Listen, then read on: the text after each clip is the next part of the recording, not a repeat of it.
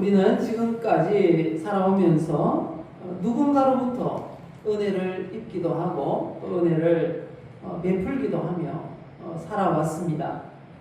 그 중에서 가장 큰 은혜는 한마디로 표현하면 하나님의 은혜인 것입니다. 이 사실을 깨달은 성령 충만한 그 시인이 이렇게 고백한 내용이 바로 오늘 말씀입니다. 내게 주신 모든 은혜, 내가 여호와께 무엇으로 보답할까? 그래서 이 시간 우리에게 주신 이 말씀을 통해서 무엇으로 보답할까라는 제목으로 말씀을 전하겠습니다. 오늘 본문을 통해서요, 내게 주신 모든 은혜가 무엇인지, 그리고 그 은혜를 어떻게 보답할 수 있을지 이 시간 살펴보도록 하겠습니다. 먼저 하나님께서 내게 주신 모든 은혜가 뭘까요? 그 첫 번째는 구원의 은혜입니다. 구원의 은혜.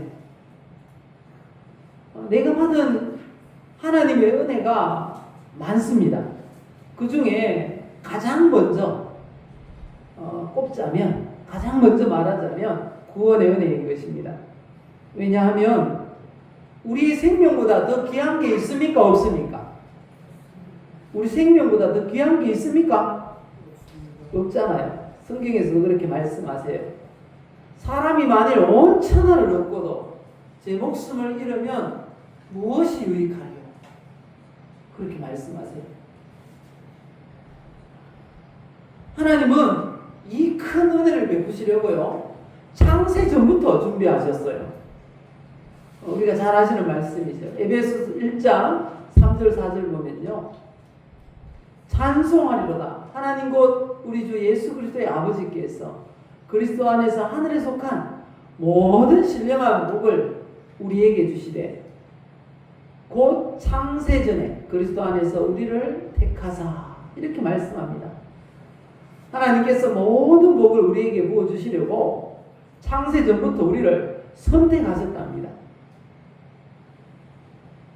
그리고 때가 되었을 때에 이 복이 이루어지게 하시려고 예수 그리스도를 보내주셨습니다. 그리고 십자가에 달려 죽으시고 부활하심으로 구원을 완성하시고 믿는 모든 사람들에게 구원의 은혜를 주셨습니다. 이 사실을 믿으십니까? 이 사실을 믿는 것이 얼마나 복된 일인지 모릅니다. 예수님이 우리를 구원하셨어요. 하나님은 이런 내세에 영혼 구원의 은혜만 주신 게 아닙니다. 현세에도, 현재의 삶 가운데도 천국을 누리는 은혜를 주셨어요. 우리를 위해서 독생자 아들을 아끼지 아니하시고 보내주신 하나님께서 다른 그 무엇인들 못 주겠느냐고 우리에게 말씀하십니다. 독생자 예수님을 죽도록 내어주셨는데 그 외에 그 무엇인들 주시지 않겠습니까? 우리 하나님이 이 땅에 사는 동안 더 넘치는 은혜를 우리에게 또 주실 줄 믿습니다. 다윗이 이 시편 기자가 오늘 본문 116편 5절 이하의 말씀을 보면요, 그가 얼마나 큰 하나님의 구원의 은혜를 누리고 있는지 이렇게 고백을 하고 있습니다. 오늘 본문 5절 말씀 보십시다. 여호와는 은혜로우시며 의로우시며 우리 하나님은 긍휼이 많으시도다. 여호와께서는 순진한 자를 지키시나니 내가 어려울 때에 나를 구원하셨도다. 또 8절에 보면요, 주께서 내 영혼을 사망에서 내 눈을 눈물에서 내 발을 넘어짐에서 건지셨도다. 이렇게 말씀합니다. 이 말은 현세에 있어서 어려움을 당할 때 여호와 하나님께서 구원해 주셨다는 것입니다. 우리가 구원이라고 하면 천국 가는 구원, 그 외에 이 세상에 살면서 어려운 일을 만났어요. 그때 해결되는 것도 구원이라고 성경은 말씀하고 계세요. 병이 고침받는 것도 구원이라고 하세요. 그래서 우리가 받은 이 구원의 은혜는요, 이 세상을 떠나서 천국 가는 것 외에 이 땅에서 사는 동안 하나님의 도우심을 받고 문제가 해결되고 건강이 회복되고 이 모든 것이 구원의 은혜인 것입니다. 믿으십니까? 그래서 구원의 은혜가 하나님께서 내게 주신 모든 은혜 가운데 첫 번째 은혜인 것입니다. 이 구원의 은혜. 이 구원의 은혜. 우리가 노력으로 얻어진 게 하나도 없어요. 그래서 이 구원이 하나님의 은혜라고 그러고요. 또 하나님의 선물이라고 성경이 말씀하세요. 에베소서 2장 8절입니다. 보시면요. 너희는 그 은혜에 의하여 믿음으로 말미암아 구원을 받았으니 이것이 너희에게서 난 것이 아니요 하나님의 선물이라 이렇게 말씀합니다. 너희가 그 은혜에 의하여 믿음으로 은혜라는 겁니다. 우리가 예수님을 믿고 구원받은 것이 하나님의 은혜 곧 하나님의 선물이다 이렇게 말씀하고 있습니다.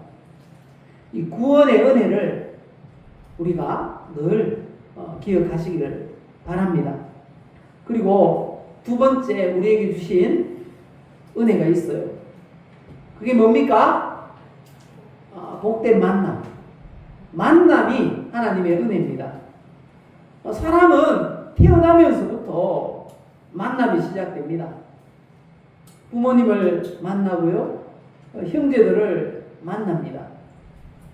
그리고 친구들을 만나고요. 또 스승을 만나게 됩니다. 그리고 무엇보다 태어나자마자 국가에 속하게 됩니다. 태어나서 지금까지 나의 인생을 돌아보면 이 모든 만남이 얼마나 큰 은혜인지 몰라요. 여러분도 그렇지 않습니까? 그 은혜 중에 특별한 은혜가 있어요.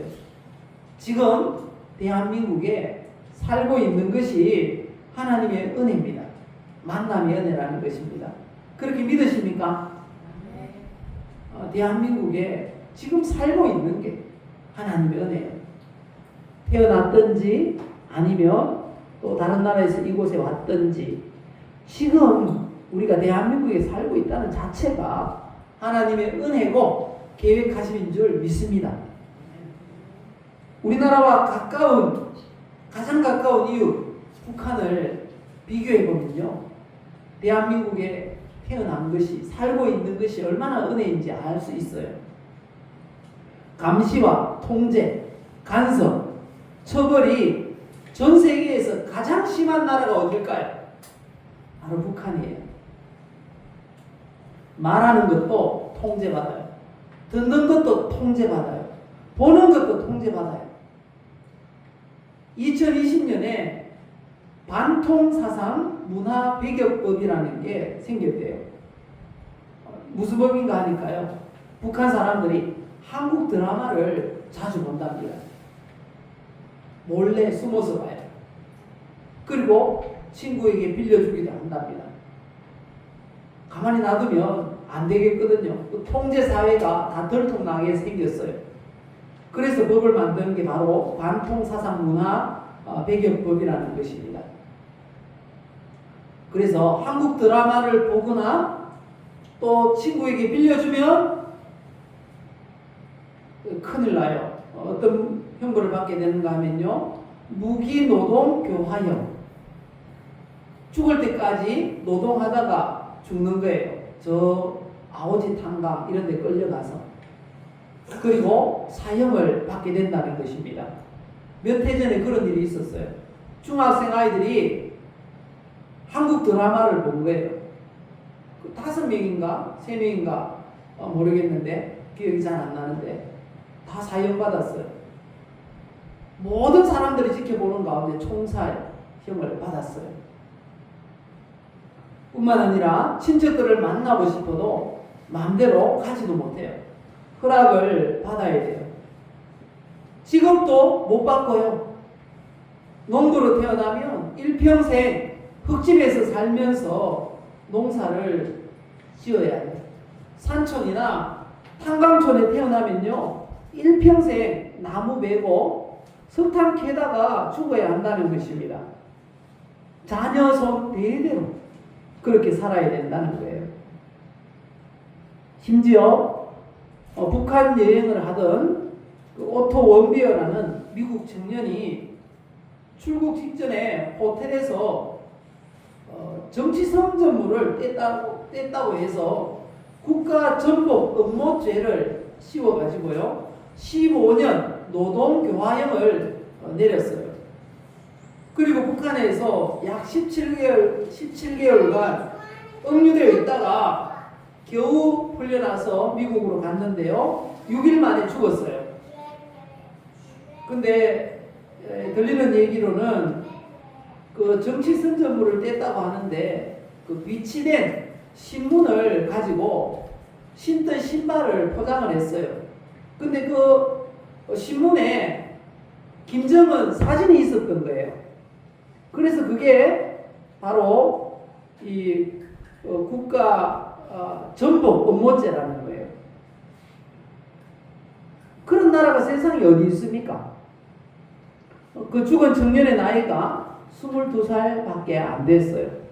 20살 때 북한 가가지고 1년 5개월 정도 억류되어 있다가 그렇게 돌아왔는데 죽어버린 거죠. 그런데 그런 북한을 추종하는 사람들이 있어요. 종북주의자들이 있다는 거예요. 그런 사람들이 우리나라에 존재하는 것도 희한한 일인데, 그런 사람들이 지금 정권을 잡고 있다는 건 매우 매우 안타까운 현실입니다. 우리가 그런 현실 속에 지금 살고 있는 것입니다. 대한민국이 얼마나 좋은 나라인지 몰라요. 왜 모르는지 이해가 안 가요. 다 누리고 살면서. 정소라라는 가수가 그런 노래를 불렀어요. 아, 대한민국. 혹시 아십니까? 가사가 너무 좋아요. 원하는 것은 무엇이든 얻을 수 있고 뜻하는 것은 무엇이든 될 수가 있어. 이렇게 우린 은혜로운 이 땅을 위해 이렇게 우린 이 강산을 노래 부르네. 아, 우리 대한민국, 아, 우리 조국, 아, 영원토록 사랑하리라. 후렴 부분인데요. 우리나라가 얼마나 좋은 나라인지 알 수 있잖아요. 원하는 것 뭐든지 할 수 있어요. 노력하면. 뜻하는 것 뭐든지 될 수 있어요. 노력하면. 그게 이 대한민국의 이 좋은 점 아닙니까? 장점이라는 거죠. 우리나라에서 태어난 것, 하나님의 은혜인 줄 믿습니다. 그리고 좋은 부모를 만난 것, 또 좋은 가족들을 만난 것, 그리고 우리 교회와 식구들을 만난 것, 그리고 많은 친구들, 동역자들을 만난 것, 모든 것이 하나님의 은혜인 줄 믿습니다. 지금 여러분 곁에 있는 모든 분이 만남의 은혜인 줄 믿습니다. 한번 고백합시다. 당신을 만난 것이 하나님의 은혜입니다. 그 만남의 복, 만남의 은혜를 항상 마음속에 간직하고 살아가는 우리 모두가 되시기 바랍니다. 그리고 세 번째, 우리 하나님께서 주신 은혜는요, 하나님의 보호하심과 인도하심과 평안이라는 것입니다. 어젯밤에도 평안하게 잠자리에 들었고요, 또 오늘도 변함없이 일어나서 이렇게 별일 없이 하루를 시작하게 하신 것, 하나님의 인도하심과 보호하심과 은혜인 줄 믿습니다. 하나님이 눈 뜨게 하셔야 눈을 뜰 수 있는 거예요. 자다가 돌아가신 사람 많아요. 주변에 보면. 지금까지 살아온 모든 것이 하나님의 은혜인 줄 믿습니다. 그래서 선지자 사무엘이 이렇게 고백했잖아요. 여기까지 우리를 도우셨다. 누가요? 여호와 하나님께서. 믿으십니까? 여기까지, 지금까지 도와주셨어요. 이 지금까지 도우신 이 하나님께서 앞으로 우리의 삶도 보호하시고 인도하시고 도우시고 평안 주실 줄 믿습니다. 이 사실을 믿음으로 우리가 늘 복되게 사시기를 바랍니다. 이러한 하나님의 은혜를 느끼며 살아야 하는 것입니다. 그걸 느껴야 평안을 누릴 수가 있어요. 어린아이들에게 가장 큰 두려움이 뭘까요? 눈을 떴을 때 부모님이 옆에 없는 게 가장 큰 두려움이라는 것입니다. 그런데 성경 인물 중에 아주 위대한 장군이요 성군인 다윗도 그런 두려움이 있었어요. 어린아이와 같은 두려움. 하나님이 나를 보호하지 않고 인도하시지 않는다면 나는 죽을 것 같아요. 이렇게 고백을 합니다. 시편 28편 보니까요. 여호와여 내가 주께 부르짖어오니 나의 반석이여 내게 귀를 막지 마소서. 주께서 내게 잠잠하시면 내가 무덤에 내려가는 자와 같을까 하나이다. 이렇게 고백합니다. 여기서 내가 무덤에 내려가는 자 같다라는 말은 죽을 것 같아요, 두려워요 라는 그런 고백인 것입니다. 우리 하나님이 지금도 변함없이 우리를 보호하시고 인도하시는 줄 믿습니다. 평안을 누리며 살아가는 우리 예배자들 다 되시기 바랍니다. 하나님이 주시는 평안은요 세상이 주는 것 같지 않다라고 말씀합니다. 두려워하지 마시고 우리 하나님을 믿음으로 평안을 누리며 살아가시기를 예수님의 이름으로 축복합니다. 이 모든 것이 하나님의 은혜예요. 내게 주신 모든 은혜 바로 이런 은혜인 것입니다. 세 가지 은혜를 말씀드렸는데 첫 번째는요 구원의 은혜, 우리 하나님 은혜인 줄 믿습니다. 그리고 두 번째는 이 만남의 은혜, 이 복된 만남이 하나님의 은혜예요. 세 번째는요 하나님의 인도, 보호하심, 평안, 이 모든 것이 하나님의 은혜인 것입니다. 내게 주신 이 모든 은혜, 그럼 어떻게 보답하면 좋을까요? 이렇게 보답할 수 있다고 하십니다. 첫 번째, 어떻게 해요? 예배로 보답할 수 있답니다. 하나님은 성도가 예배하는 것을 가장 기뻐하세요. 왜냐하면 우리를 구원하신 목적이 바로 예배하기 위해서 구원했다는 것입니다. 그걸 이렇게 묘사를 합니다. 출애굽의 목적이 예배라는 것입니다. 하나님께서 이스라엘 백성들이 애굽에서 종살이 할 때 건져내셨어요. 건져내셨는데 애굽 왕 바로에게 이렇게 선언하십니다. 중간쯤에 보시면요, 내 백성을 보내라. 그러면 그들이 광야에서 뭐 할 것이라고요? 나를 섬길 것이라. 이렇게 말씀합니다. 나를 섬긴다 할 때 섬긴다는 게 예배입니다. 이스라엘 백성들을 출애굽하라는 것입니다. 광야의 그곳에서 그럼 하나님을 예배할 것이다 말씀합니다. 이 출애굽은 구원의 다른 표현입니다. 하나님이 우리를 구원하신 목적이 뭔가 하면요, 예배 드리도록 하기 위해서 우리를 구원하셨다는 것입니다. 그렇게 믿으십니까? 구원받은 사람은 예배 드려야 되는 거예요. 그래서 그리고 사람을, 우리 성도를 불러 모아 주신 것, 우리를 성도를 창조하신 것, 그 이유도 예배라고 말씀하세요. 우리 앞에 보실까요? 이사야 43장 21절 읽어보십시다. 이 백성은 내가 나를 위하여 지었나니 나를 찬송하게 하려 함이니라. 무슨 의미인지 아시겠죠? 하나님의 백성, 우리 성도들을 지으신 이유가 하나님을 찬송하는 거예요. 찬송이란 예배와 같은 표현입니다. 그래서 이스라엘 백성들이 예배 드릴 때 우리 주님은 그 가운데 임재해 계시겠다고 약속하세요. 지금 이 자리에 우리 주님이 계신 줄 믿습니다. 그걸 시편 22편에 이렇게 표현을 합니다. 이스라엘의 찬송 중에 계시는 주여, 이렇게 말합니다. 예배 가운데 우리 하나님이 이곳에 계시는 줄 믿습니다. 믿으십니까? 한번 돌아봅시다. 예배 가운데 우리 주님 계십니까? 예, 우리 눈에 안 보일지 몰라도 우리 주님이 이곳에 계십니다. 그리고 또 말씀하세요. 예수님 말씀입니다. 마태복음 18장에 보면 이렇게 말씀하세요.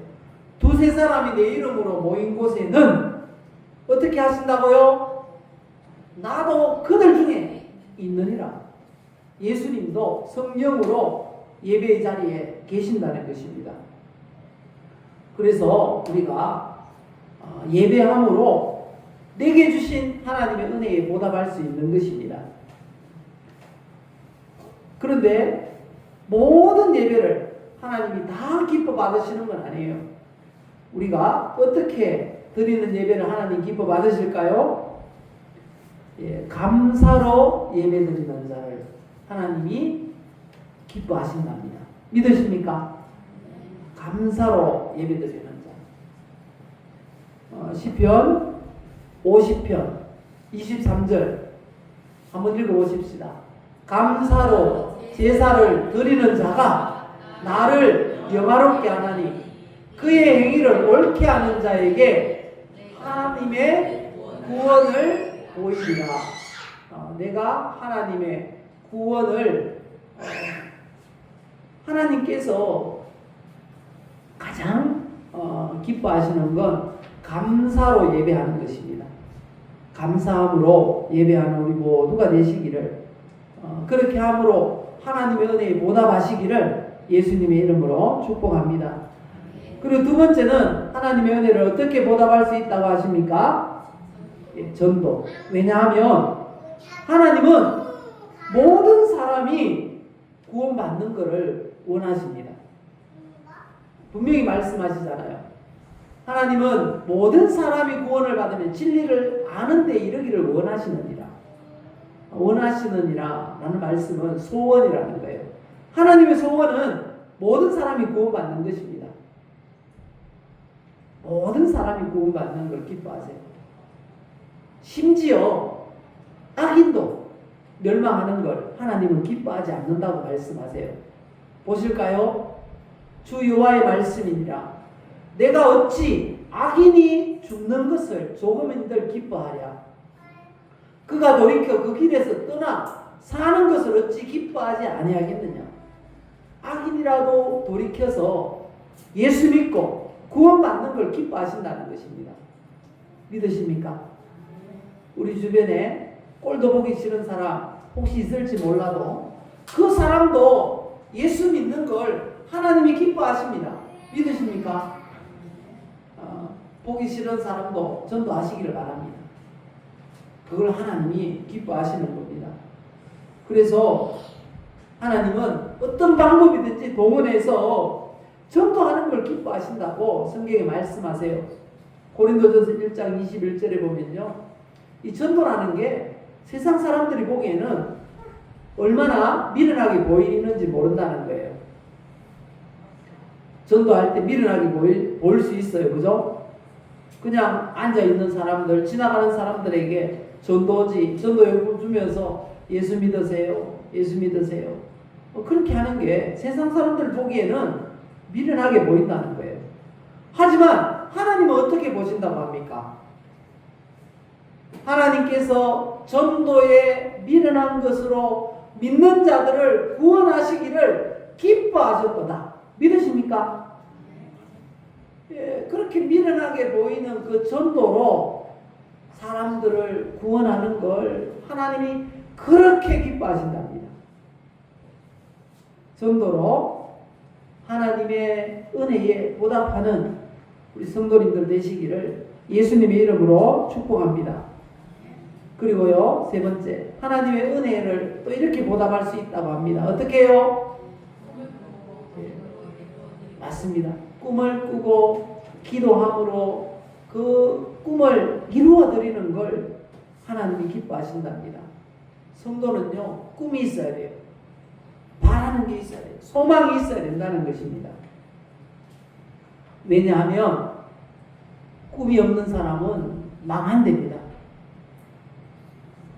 묵시가 없으면 백성이 방자에 행하거니와 이렇게 말씀하시는데, 이 방자에 행하거니와 라는 이 말이요, 망한다 라는 뜻입니다. 망한다. 묵시가 그럼 뭔가? 비전이라는 뜻입니다. 꿈, 이상, 비전 또는 하나님의 계시, 이게 묵시라는 거예요. 비전이 없고 꿈이 없으면, 내가 바라는 이상이 없는 사람은 망한다는 거예요. 꿈을 그리고 비전을 가지시기를 예수님의 이름으로 축복합니다.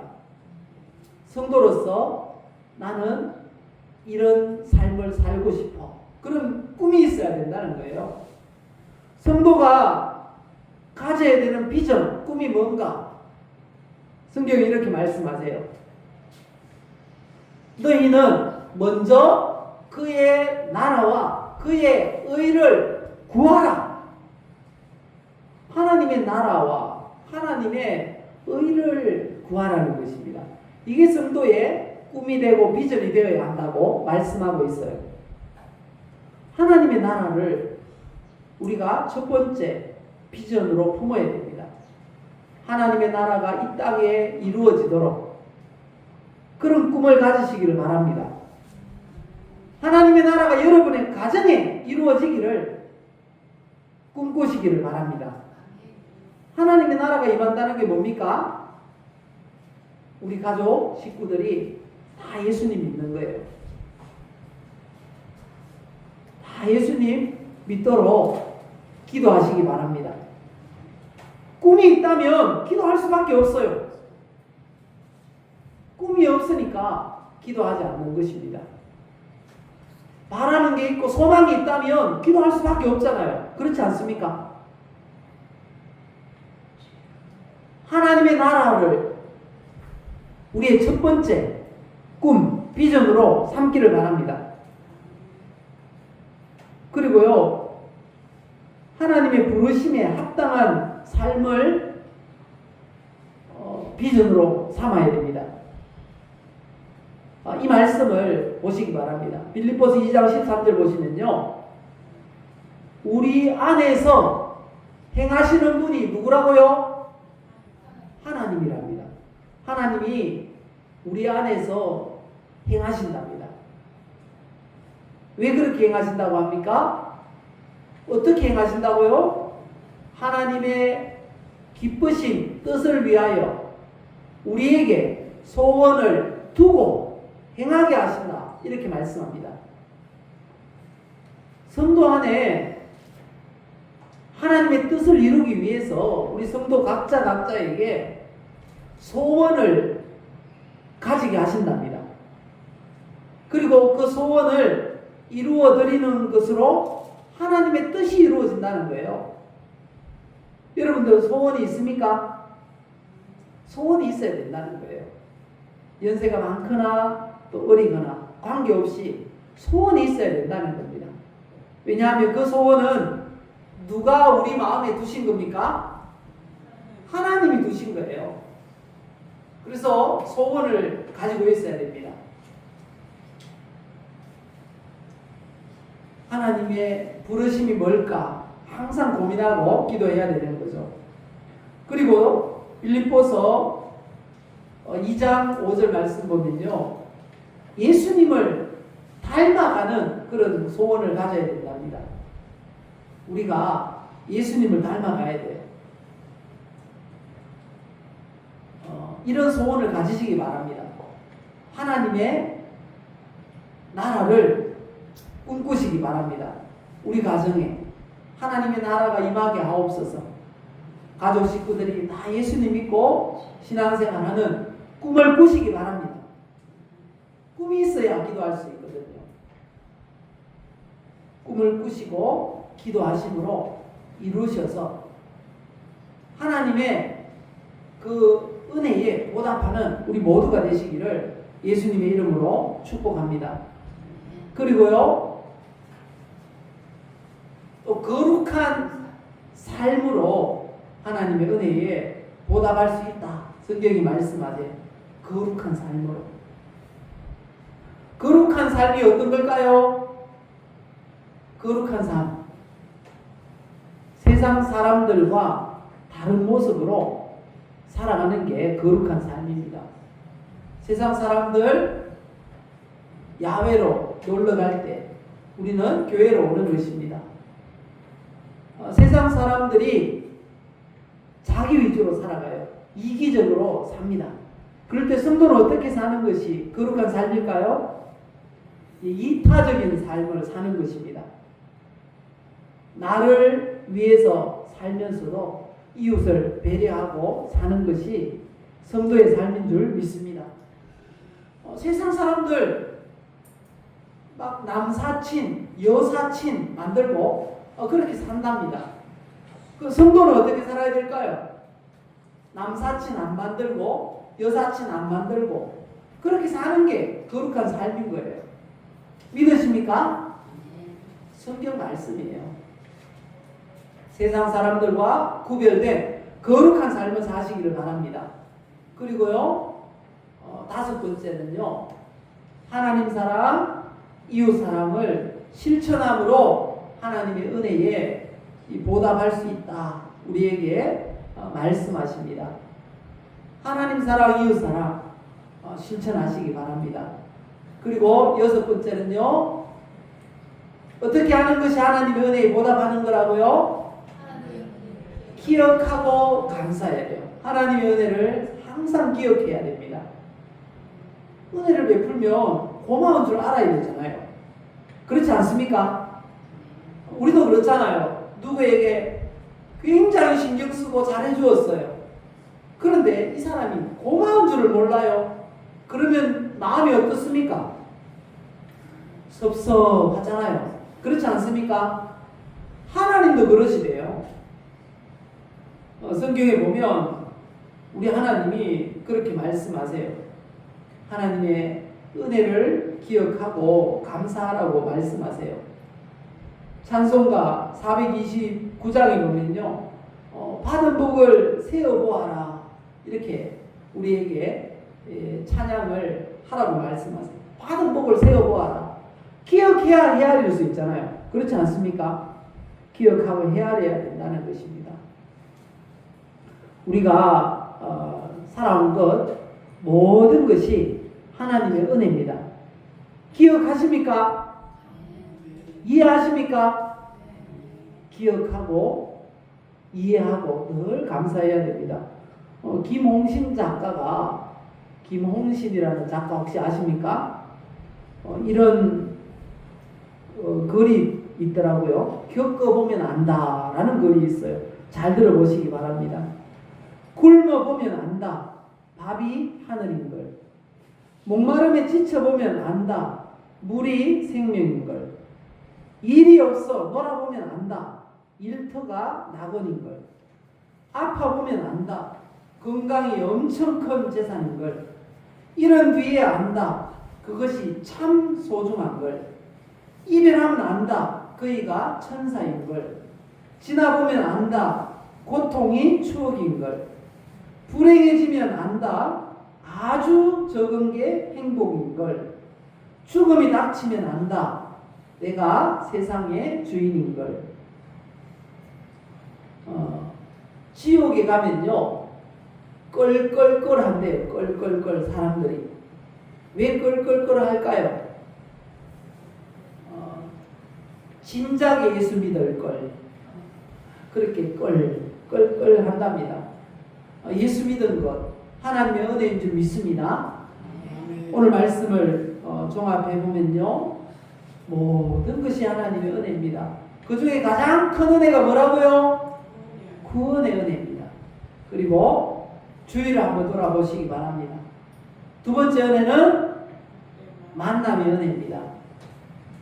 그리고 세 번째 은혜는요, 하나님의 인도하심, 보호하심, 우리에게 평강 주심이 은혜인 줄 믿습니다.